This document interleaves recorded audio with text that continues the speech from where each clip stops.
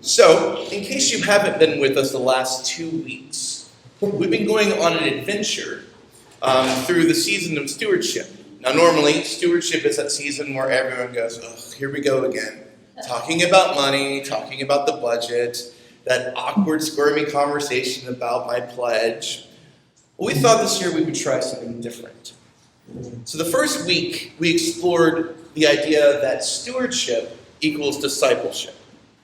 Which means if we're a steward, which means we're a caretaker, how do we know how to be a good caretaker unless we know what the person we're taking care of things for wants from us?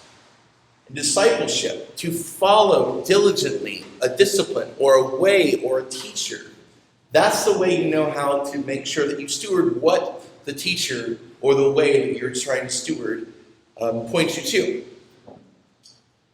The next week, we talked about what is your lived experience of God, and how sometimes what we think is God and what God really is are two very different things. Sometimes they line up very well. Other times we go, did not see that coming. And it reminds us that we have free will, and so does God, and so does everyone else. So it's kind of a tricky business to figure out how to navigate those relationships. So this week, we want to explore a question that relates to these things. How does your relationship with God play out in your relationships with others? And that brings us to today's rather fascinating gospel passage. Now, before I go into the actual meat of the study, the linguistics nerd in me kind of laughs at the way this is translated, which shows the limitations of English translation. Because it says Bartimaeus, son of Timaeus.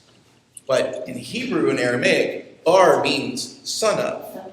It's like saying Shiba Inu dog, which means Shiba dog, or banh mi sandwich, which is sandwich, or chai tea, which is tea. Yeah. So once again, it's saying son of Timaeus, just in case you didn't get it, son of Timaeus. My hunch is the Greek-speaking audience of Mark's gospel did not know that about Hebrew or Aramaic. Okay, the nerd in me has done. What happens when when we experience God in our lives, and it reminds us that the way we think we're supposed to relate to one another isn't the way God is asking us to relate to one another? As I read this passage about this individual, this blind beggar, Bartimaeus, I kind of chuckled because the people that were walking with Jesus, and these are people that are ardently trying to follow the way of Jesus as the Christ. And this guy calls out for healing. Now, Jesus, I don't think he's known for healing, is he? No, he's very much known for healing because that's one of the main characteristics of messianic figures in the first century. There are also other healers wandering around healing people in the name of Solomon. So itinerant preacher healers are a norm in this story. So, naturally, Jesus' followers would say, hey, Jesus, this guy wants to be healed. You should pay attention to him. Nope. They go, dude, shut up. Can't you see he's walking here? Let him go. Why are you yelling? Stop it. Have you ever been someone who has been told to shut up when you're asking for something from God that is special? Have you been told that your desire to be recognized for who you are and to get healing in yourself has been silenced by other people because they thought that was the wrong thing to ask? Anyone ever asked a question in church that got them in trouble in Sunday school or in church services or things like that? I know I have. Heck, my brother got kicked out of his college and career Sunday school class in college because he asked too many questions and challenged what the teacher was saying. But even more deeply, What about people who seek recognition and access to the table of God, who are denied it by people because they're divorcee, because they are gay, lesbian, or trans, because they don't know what they believe about God, have been squelched by people, ideally well-intentioned people a lot of times, because they think that is the wrong and inappropriate thing and way to ask things from God. So, in a way, it sounds like their lived experience with God, or at least their perception of it, tells them there's a very rigid, strict way that you have to do this in order to be able to find God, and God suffers no fools and suffers no one outside of that framework. Having read snippets of Leviticus and Exodus, I can understand why people would think that. But what does Jesus do here? Does he keep walking? No. He says, bring him to me. Now, Jesus, the one that these people are trying to follow, is calling them out in a gentle way for saying, yo, you are way too narrow in how you see how this works. You need to open your mind a little bit. But he does it saying, come here. Now, what's interesting to me is Jesus knows that he's wanting something, but he lets him name it. He allows Bartimaeus to name his needs, to ask for what he wants. Who here has been afraid to ask for what you need for fear of someone coming down hard on you? Mm-hmm. Yes. But he boldly says, I want my sight back. And Jesus says, cool, your faith has made you well. Straight up. No bones about it, no crazy rituals, nothing. Just straight up says your faith has made you well. And what does Bartimaeus do? Does he go back and sit down and put his shroud back on and beg? No. What does he do? He follows him.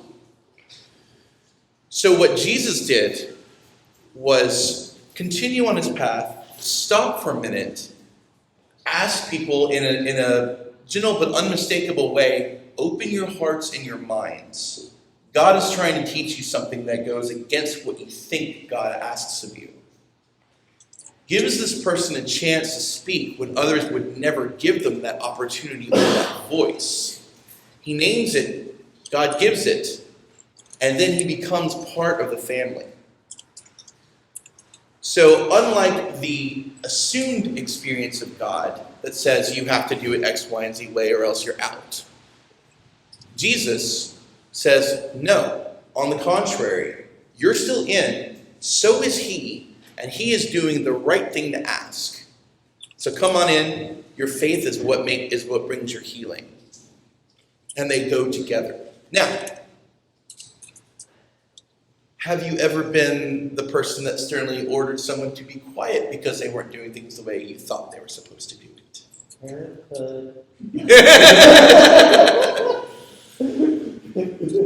So, once again, there's not a good or bad guy in this story. It's all of us trying to make sense of how best to live. What must have it have been like for the people who were telling him to shut up, that Jesus healed him and he became part of the community? What would it be like for the person that you thought was doing the wrong thing, not only being given space by God, but also being brought into the fold as they are? Did they feel a little squeamish, a little squirmy, maybe a little resentful, maybe not sure they want to follow Jesus anymore because how dare he challenge those things? What must it have been like for Bartimaeus to now be part of this group that was so sternly shutting him down and now being invited into the fold? Maybe he had some trouble trusting these people. But yet, he still follows because Jesus is most compelling because he continues to remind us that we are a family together. Can you have a relationship, a transformational, loving relationship with God solely on your own?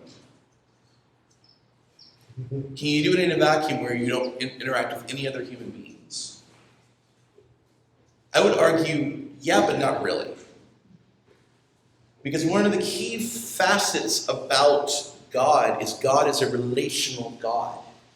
God created us in God's image, which means that we are a relational species.